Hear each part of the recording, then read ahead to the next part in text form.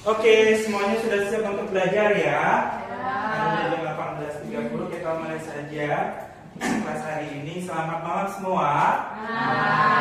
Oke, di sini Kak Jonathan ya akan mengisi sesi malam kalian ya dengan pelajaran matematika. Kan udah lama ya nggak belajar sama Kak Jonathan nih kan ya? Ya kira-kira berapa? Udah setahun ya? Tahun yang lalu ya, kakak ngajar kelas 11 SMA di cabang Melati. Oke deh. Nah, sebelum kita mulai kelas, kakak mau absen dulu ya. Oke, nama-namanya tadi kakak udah tulisin biar gampang. Nabila. Saya merasa saya pertama Pak. Apa? Gimana kabar? Baik. Baik. Oke. Kakak dengar katanya kamu ada pentas ya beberapa hari yang lalu ya. Iya. Gimana? Jalan lancar? Lancar Kak. Oke. Lihat habis pentas tidur 20 jam kayak. Itu reward buat kamu ya, udah ngelakuin very good job. Thank you. Lanjut, ada Vira. Oke, tetap sama semangatnya ya dengan tahun lalu ya. Tahun baru semangat baru. Belakangan lagi suka apa nih? Kegiatan apa yang lagi dilakuin? Belajar karena minggu ini penuh dengan ulangan harian dan next week ada STS. Oh my. Iya, mau next week. Semoga bisa ini ya. Dapat nilai yang bagus ya. Pas ulangan ya. Hampir pastilah. Bukan hanya Vira aja tapi semua ya. Lanjut, Nata. Hai, gimana kabar? Baik kok. Baik. Kalian makan apa? Tadi sih makan ayam kayak ayam gitu. Ayam. Masih hidup atau udah mati? Udah mati. Udah mati. Oke. Sip, silakan duduk. Ya. Oke. Ya, ada lagi? Oke, silakan duduk, silakan masuk. Ya. Oke, silakan dipilih tempat duduknya.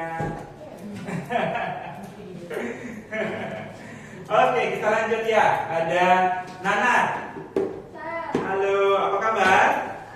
Baik. Kabar baik. Ini kali pertama kakak ketemu dirimu ya? Yes. Oke. Oke. Di sekolah mana nih sekarang? Di SMA Wijendra. Wijendra. Oh, oke. Kapan-kapan kayaknya kakak masuk ke sekolah nih. Untuk bisa. Boleh. Oke. Lanjut, ada Adian. Halo Dek. Halo. Gimana kabar? Baik. Selalu dengan stylemu memakai rompi ini ya. Lengan panjang. Kakak dulu punya tapi tebel banget jadi malas kakak pakai. Jiblis. Kayaknya kakak perlu minta saran buat styling pakai lengan panjang. Oke, thank you. Lanjut, ada Dikro. Halo Dik, apa kabar? Baik. Baik. Ini kali pertama kita ketemu ya. Iya. Oke. Dari sekolah mana Dik? Muhammadiyah. Muhammadiyah. Muhammadiyah. Oh Muhammadiyah. Oh oke, berbeda sama kakak. Kepikiran ada anak murid kakak yang bisa setan tapi dia dari Albana. Aku Albana. Oh dia dari Albana. Iya. Oke. Tapi kalau yang kelas 11 siapa ya? Karena mayoritas Albana yang kakak kenal itu yang kelas 12. Ya. Alright. Thank you. Lanjut ada Dea. Oke. Gimana kabar? Baik. Oke, fine. Lagi sakit kah? Iya sih. Oke, semoga cepat sembuh ya. Oke. Lanjut, ada Bayu. Gimana kabar, Dek? Baik. Dari sekolah mana? SMA 5. SMA 5. Oh, fun fact, kakak pernah ke sekolahmu untuk keperluan ujian tapi. Dan menariknya dulu kakak sempat ngambil ujian untuk jurusan ilmu komunikasi, ya. Nah, salah satu teman kakak itu kebetulan dia kerja di Garuda Indonesia. Dan dia sempat jadi Putri Indonesia Papua 2018. Kakak emang tahu sih dia memang pengen jadi salah satu putri katanya. Oke. Terus yang baru datang namanya siapa? Yang cowok? Albia. Abi. Gimana cara ejaannya deh? ABHI. Oke. Abi gimana kabar? Baik. Sebelumnya kakak ngajar dirimu juga ya? Udah. Udah pernah ya. Oke. Sip. Tadi di luar masih hujan kan? Udah enggak lagi ya. Oke deh. Awesome. Terakhir ada siapa deh? Di belakang. Hah? Malah. Kakak pernah ketemu kamu kan ya tahun lalu ya? Double L tau nggak? Double L nggak? MALA. Iya. Oh, oke. Malah gimana kabar Dek? Baik. Kamu pulang jam berapa? Kok masih pakai seragam? Rajin kayaknya. Sebenarnya jam 3. Hah? Jam 3 sore. Oh, tapi ada kegiatan lain tapi masih pakai seragam. Oke. Berarti kamu sehat ya? Gak kehujanan kan ya? Enggak. Belum. Sebentar. Pastiin. Alright, semuanya udah ke absen. Thank you so much ya udah pada datang malam ini. Nah, seperti biasa kakak mau ngingetin rule dalam kelas ya. Kalau di dalam kelas, kakak minta tolong untuk kalian boleh taruh gadget di samping di atas meja. Cuman mohon dipakai hanya untuk keperluan belajar aja. Ya, kakak minta tolong 90 menit aja ya untuk bisa fokus sama sisi. Ya. Kalau nanti kakak suruh kalian misalnya mengerjakan bank soal atau kuis, baru nanti kalian bisa pakai gadget kalian, ya. Kemudian usahakan juga fokus ke papan tulis ya, karena nanti akan ada banyak materi yang kakak tulis. Obrolannya mungkin ditunda dulu ya. Tapi kalau misalnya kalian mau minjem sesuatu boleh ya, tapi jangan terlalu lama atau mengganggu penjelasan saya. Semuanya deal? Bisa ngikutin? Ya.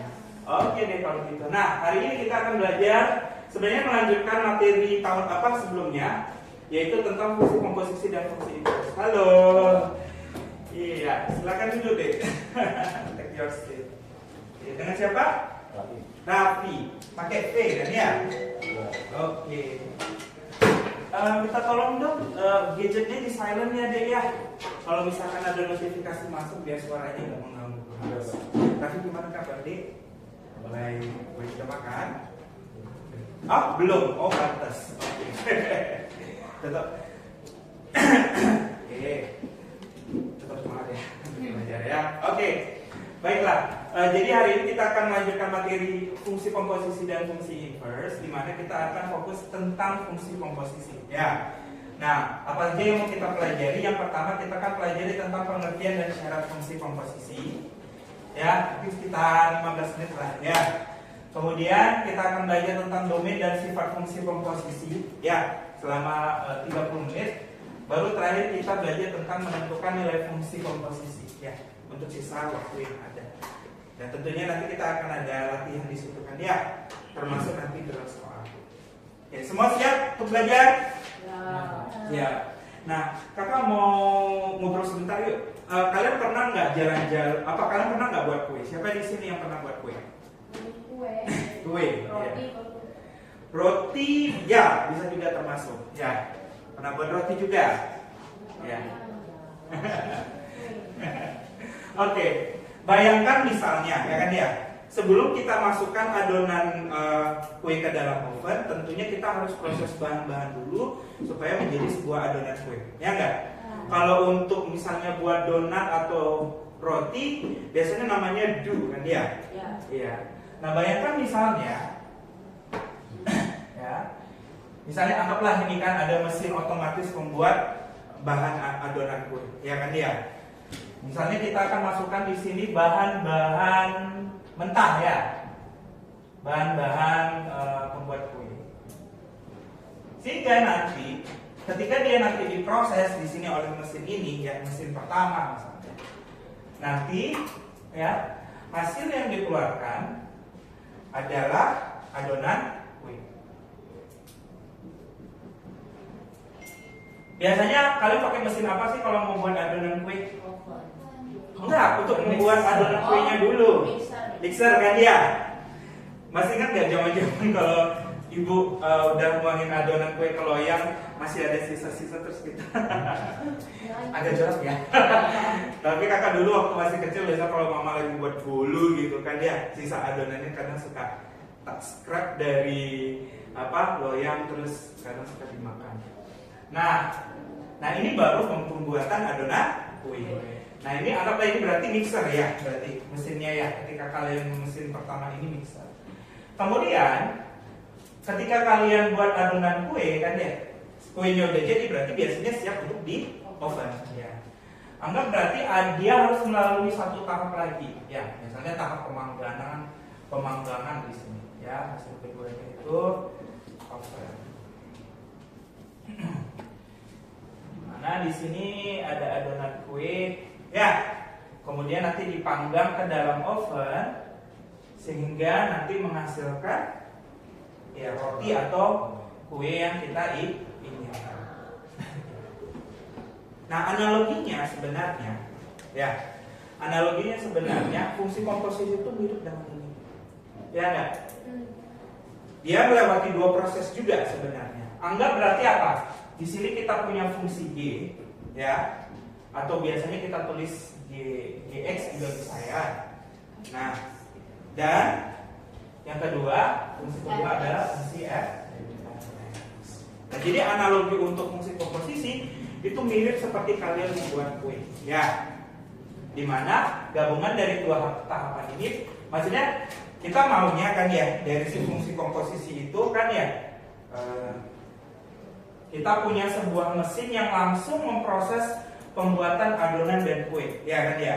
Mesin ketiga ini kakak sebut sebagai fungsi komposisi, dimana nanti dari sini dari bahan-bahan pembuat kue ya masuk ke dalam mesin ini, kemudian nanti dia akan berubah menjadi kue. Kan ilmuwan sedang berusaha untuk membuat ini ya.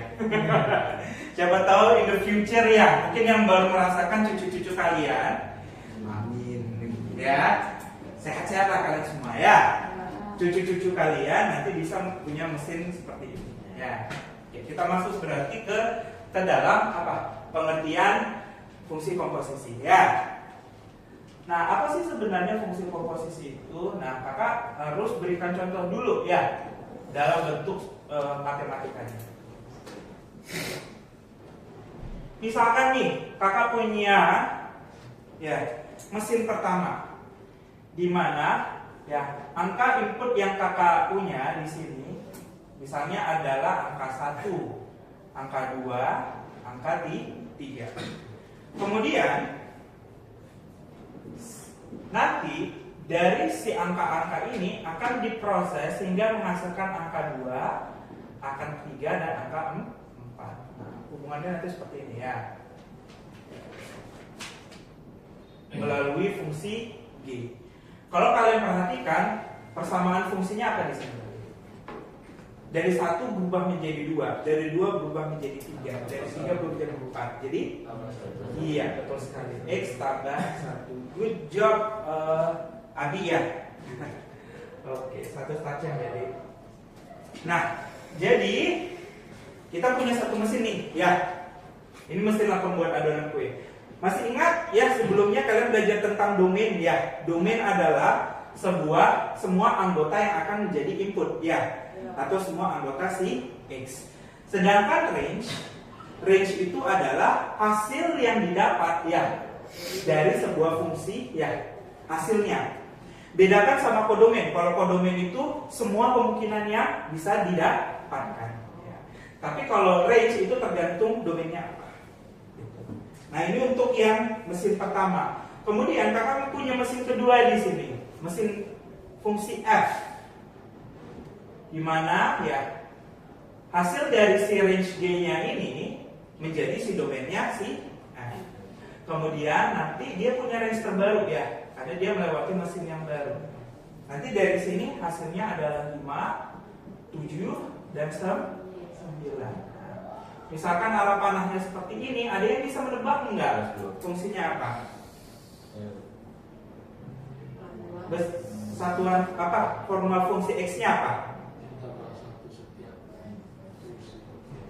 Dari sini aja fokusnya dulu.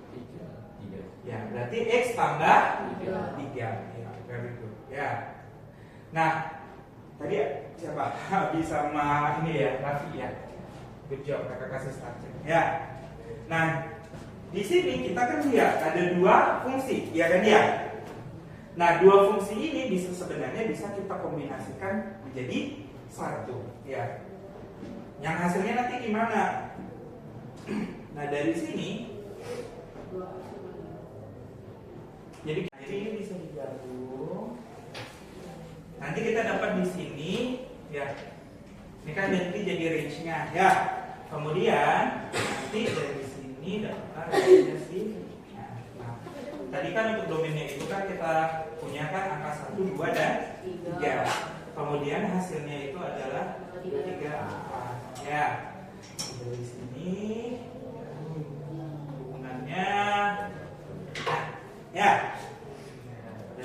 G. Kemudian habis itu kan dari sini langsung loncat ke si range-nya F. Gitu. Dimana ini melewati fungsi F menghasilkan nilai 5, 7, dan 9. Nah, inilah yang kita sebut sebagai bentuk fungsi komposisi. Gabungan dari dua ini bisa kita nyatakan sebagai F bulat G atau F komposisi G, di mana sebenarnya konteksnya ini adalah kamu punya fungsi F ya dengan input yang sebenarnya berasal dari G-nya seperti itu. Ada pertanyaan? Ya. Jadi kira-kira pengertian fungsi komposisi itu apa bisa kita bentuk? Bagaimana dua fungsi komposisi secara berurutan? Ya, bisa. Nata gimana? Ya sama sih, gabungan antara dari domain satu jadi range-nya itu 2. Oke, awesome. Jadi Nanat sama Nata dapat staken ya. Yeay. Kalau di sini kakak bisa rangkum komposisi fungsi itu adalah proses pembentukan fungsi baru ya dengan merangkaikan 2 atau lebih fungsi. Jadi sebenarnya kita itu bukan hanya merangkaikan 2 fungsi. Kalau kalian pernah lihat bentukan fungsi lain, misalnya apa? Misalnya F komposisi G komposisi H. Ya. Di mana ini sebenarnya ya. Misalnya fungsi paling terakhir yang diproses adalah fungsi F. Kemudian fungsi kedua ya yang diproses adalah fungsi G. Barulah terakhir yang pertama kali diproses adalah fungsi H. Yuk, ini udah pada dicatat belum? Coba catat ya. Kakak kasih waktu 1 menit.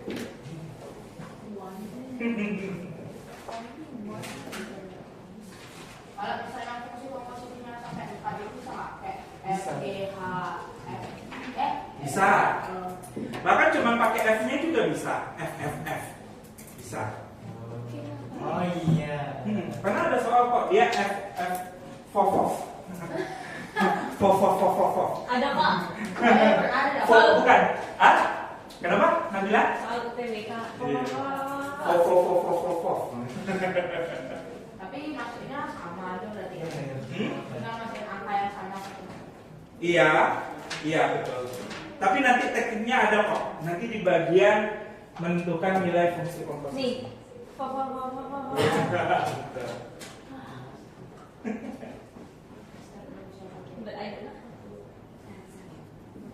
Nah, coba perhatikan ya.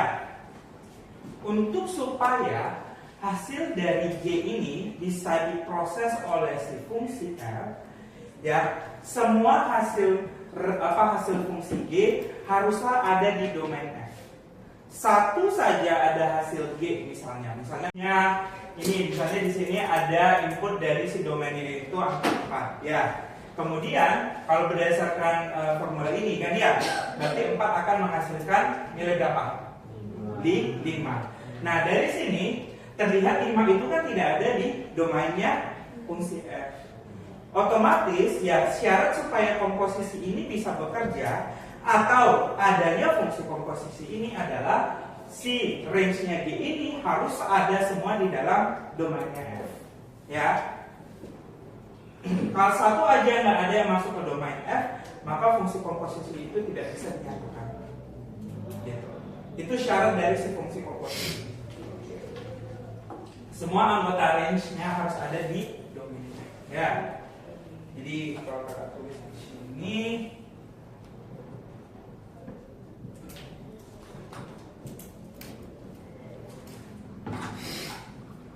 ya, bahwa range-nya G itu ya, harus ada di domainnya F. Semua anggota ya range-nya fungsi G harus ada di domainnya F.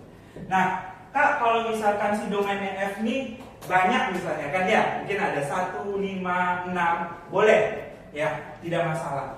Selama semua yang ada di range ini ada di domain F. Kalau misalkan 3 komposisi kayak Fogel misalnya, sama ya. Semua range G harus ada di DF. Nanti semua range F ya Domain juga harus ada di domainnya H. Ya, in order ininya bisa bekerja. Nah, itu untuk pengertian dan syarat fungsinya. Ya, yes. Jadi yang harus tahu proses itu range saja, domainnya nggak harus apa. Saya lebih. Semua di range ada di domain. Tapi domain itu bisa lebih banyak daripada range. Ya, boleh lebih banyak, tapi nggak boleh kurang. Oh, misalnya kan itu range di G-nya 234. Ya. Nanti di domain F-nya 23445 itu nggak apa-apa. Nggak apa-apa. Oh. Iya. Tapi kalau 2-3 aja berarti itu bermasalah. Oh. Karena kenapa? Empatnya jadinya nggak tercover oleh si D.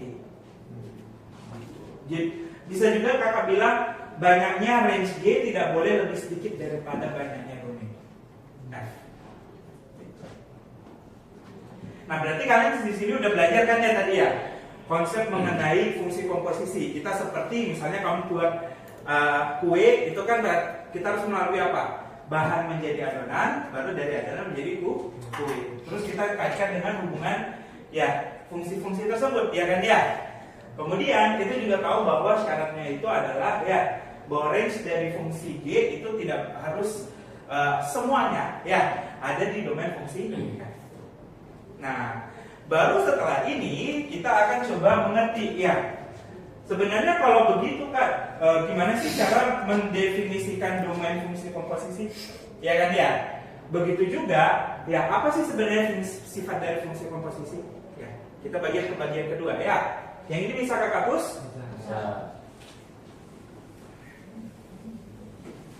Semuanya masih tetap semangat belajar? Itu tadi suara handphone siapa tadi? Ayo.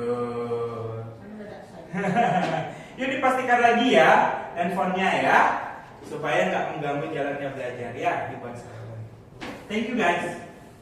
Sorry ya Pak. Ini nggak apa-apa santai. Nah jadi sebenarnya domain fungsi komposisi itu bisa kita nyatakan seperti ini. Misalnya fungsi komposisi yang diketahui adalah ya F komposisi G.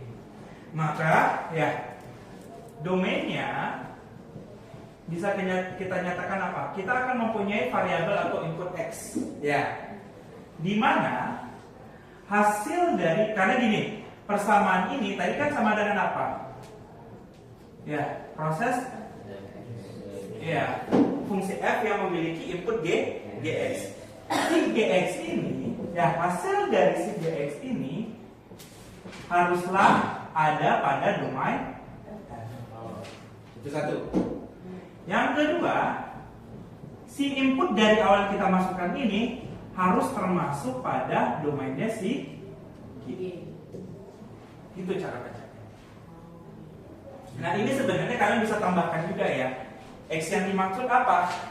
Ya, terkadang ada beberapa soal gitu di sini nanti ditambahkan X elemen bilangan real. Ya, biasanya itu cuma nunjukin oh semua jenis bilangan X yang bisa dipakai. Atau bisa juga dia bisa membatasi X bilangan bulat. Ya. Kalau kalian nanti masuk ke bagian perkuliahan, karena akan sering melihat kamu seperti ini. Ini sebenarnya untuk memberitahu, oh inputnya itu bentuk bilangannya seperti apa? Apakah bilangan bulat? Apakah pecahan juga bisa? Ya. Atau bentuk bilangan asli misalnya, ya kan ya? Karena kan kalau misalkan X bilangan asli kan biasanya dipakai untuk yang berurutan kan ya? Sigma misalnya.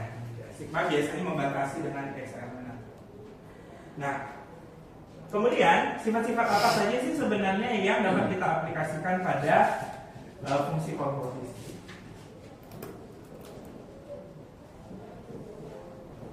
Ya.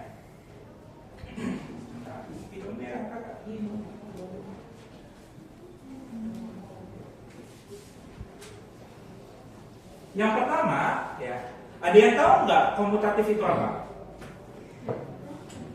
Sifat komutatif. 1 tambah 2 sama dengan 2 tambah 1, betul? Ya. Ya, 3 kali 5 sama dengan 5 kali 3. Jadi posisi angkanya di switch tidak mempengaruhi. Hasil. Tapi kira-kira berlaku nggak untuk fungsi komposisi kalau F dan G-nya kakak switch? Enggak. Hah? Mempengaruhi nggak? Bakal berubah nggak nilainya? Hah? Iya, bakal berubah. Siapa tim berubah? Siapa tim tidak berubah? Oke, memang benar ya. Sifat yang pertama adalah dia tidak komutatif. Ya. Karena kalau kalian nanti hitung di salah satu soal, ya, FOG ini tidak akan sama dengan GOF. Berbeda. Lihatnya dari mana? Coba perhatikan ini. Ketika kita ambil satu aja kali ya. Misalnya kalau misalkan X-nya sama dengan 1. Dari rumus itu, ya. Nah, kalau FOG berarti di sini kan F diproses untuk G sama dengan 1, ya. Biar gampang. G1 berapa di situ? Dia 1, 2.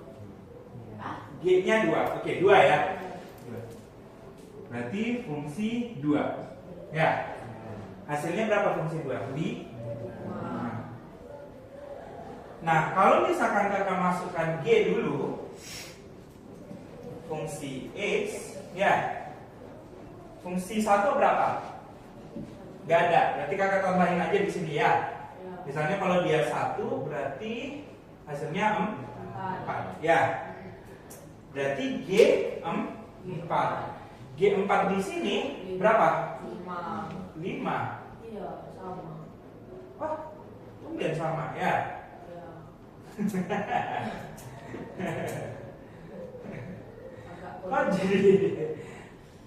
jadi kontradiktif sama 1, 2, 2, 5. X tambah 3 ya.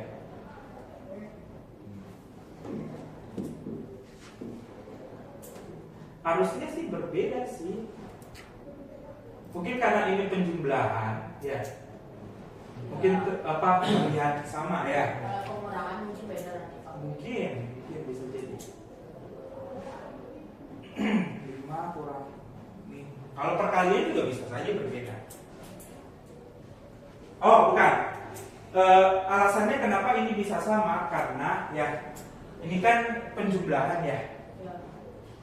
Coba deh kita pakai contoh yang lain aja ya. Kalau misalkan fungsi X-nya ya bolehlah pakai pengurangan X kurang 1 ya. Kemudian fungsi Gx-nya kakak modifikasi aja deh 2x ya. Maka kita punya apa di sini? FOG ya. Berarti kan sama dengan fungsi dari G, misalnya 2. Ambillah X-nya atau persamaannya aja ya. Kita bisa lihat dari bentuk persamaannya kan ya. Fungsi G 2x. Berarti kita mau memasukkan fungsinya itu 2x. Ya kan ya?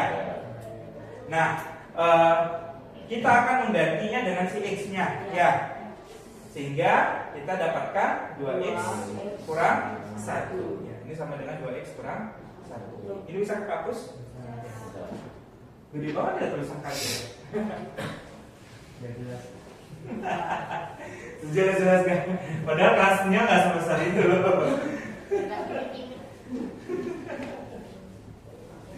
Tapi memang sih karena biar yang di paling belakang kan kayak Mila sama Diko kan biar bisa lihat tulisannya kan ya.